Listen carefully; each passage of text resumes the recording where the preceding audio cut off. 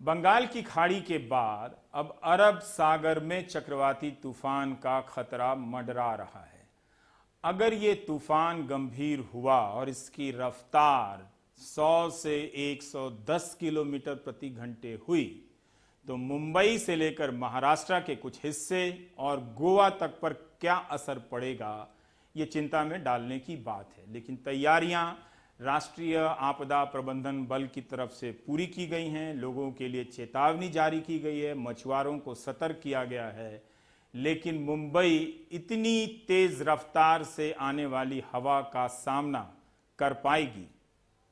लगातार बारिश और मौसम खराब होने के कारण समुद्र तूफान की आशंका है। इसलिए आपको सभी जल्द से जल्द आपकी बोट हार्बर की ओर ले जाए। मच्छीवाहन तमे भारतीय तटरक्षक बतावे चाहे दरिया में तूफान आए चाहे तुम्हें किनारा पर आवी जाओ। समुद्र में मछली पकड़ने गए सभी मछुआरों को जल्द से जल्द किनारे वापस लौटने की चेतावनी। अरब सागर में उठा चक्रवाती तूफान निसर्ग अब तेजी से महाराष्ट्र और गुजरात के तटों की ओर बढ़ रहा है। अनुमान है कि 3 जून की दोपहर ये दमन और रायगढ़ जिले में अलीबाग के पास हरिहरेश्वर तट को पार करेगा। इस दौरान तूफानी हवाओं के साथ तेज बारिश होगी। इसमें चलते विंड स्पीड 100 से 110 किलोमीटर हो सकते हैं, कभी कभार वो 120 तक पहुंच सकते हैं। इस वजह से ठाणे, पालघर, मुंबई, रायगढ़ जिलों में मूसलाधार वर्षा होने की संभावना है। साथ में विंड स्पीड भी काफ़ी ज़्यादा रहेगा। स्टॉर्म सर्ज है जो मुंबई के लो लाइन इलाके में है 1 से 2 मीटर तक हो सकता है और बाकी के इलाकों में 1 से 1.5 मीटर तक स्टॉर्म सर्ज हो सकता है। मौसम विभाग की चेतावनी के बाद से ही प्रशासन सतर्क हो गया है। महाराष्ट्र के 750 किलोमीटर लंबे समुद्र किनारे के सभी जिलों में एनडीआरएफ की टीमें तैनात कर दी गई हैं। पहले सिर्फ 10 टीमें तैनात की गई थी और 6 टीमों को रिजर्व रखा गया था। लेकिन तूफान की रफ्तार और उससे होने वाले संभावित नुकसान को देखते हुए सभी 16 टीमों को तैनात कर दिया गया है। इसके अलावा 5 अतिरिक्त टीमें भी बुलाई गई हैं। तूफान सबसे पहले हरिहरेश्वर से गुजरेगा, इसलिए रायगढ़ जिले में एनडीआरएफ की 4, मुंबई में 3, पालघर में 2 और ठाणे में 2 टीमें तैनात की गई हैं।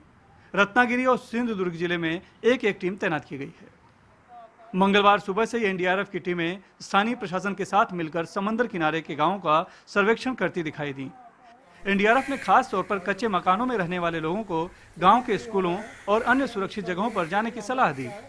तरी सर्व नागरिकांनी जेवणाची व्यवस्था, बिछाना आणि मौल्यवान वस्तू घेऊन 5 वाजेपर्यंत केएल पोंदा हायस्कूल डहाणू येथे जायचं आहे।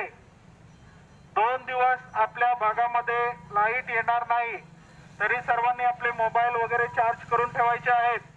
खतरे को भांप लोग खुद भी सुरक्षित स्थानों पर जाने लगे हैं।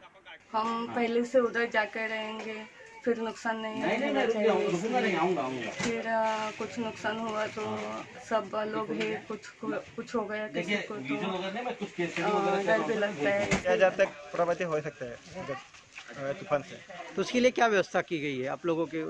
उसके लिए हम लोगों ने उन लोगों के लिए रहने के लिए हमारा हॉल है, 10-12 जगह में स्कूल है, हॉल है, उस जगह में रहने के लिए हमें व्यवस्था की है उन लोगों की। चक्रवाती तूफान निसर्ग भले ही दमन और रायगढ़ जिले के हरिहरेश्वर में तट को पार करेगा, लेकिन उसका असर मुंबई, ठाणे और पालघर में भी पड़ना तय है। उस दौरान भारी बारिश के साथ तेज रफ्तार हवाएं भी चलेंगी। इसके मद्देनजर मुंबई के समुद्र किनारों पर भी सुरक्षा बढ़ा दी गई है। मुंबई इन दिनों कोरोना के प्रकोप से भी जूझ रहा है। मुंबई में करीब 22,000 कोरोना के मरीज हैं, जिनमें से कई का अस्पतालों में इलाज चल रहा है। तूफान से अस्पतालों की बिजली न जाए, इसके लिए विशेष इंतजाम करने के निर्देश दिए गए हैं। तेज हवा से टेंटों में बने अस्थायी अस्पतालों को नुकसान पहुंच सकता है, लिहाजा वहां के मरीजों को सुरक्षित केंद्रों पर ले जाया जा रहा है। तो हमने वो सारी प्रोविजन करके रखे हुए हैं।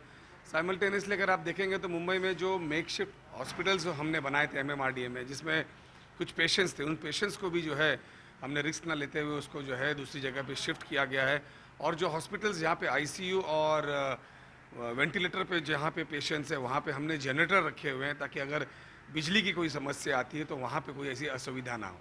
बारिश के मौसम में मुंबई वैसे ही बदहाल हो जाती है। इस बार तो पूरा प्रशासन कोरोना का सामना करने में जुटा है। नतीजा मानसून से पहले इस बार नालों की सफाई भी महज 15 से 20% ही हो पाई है।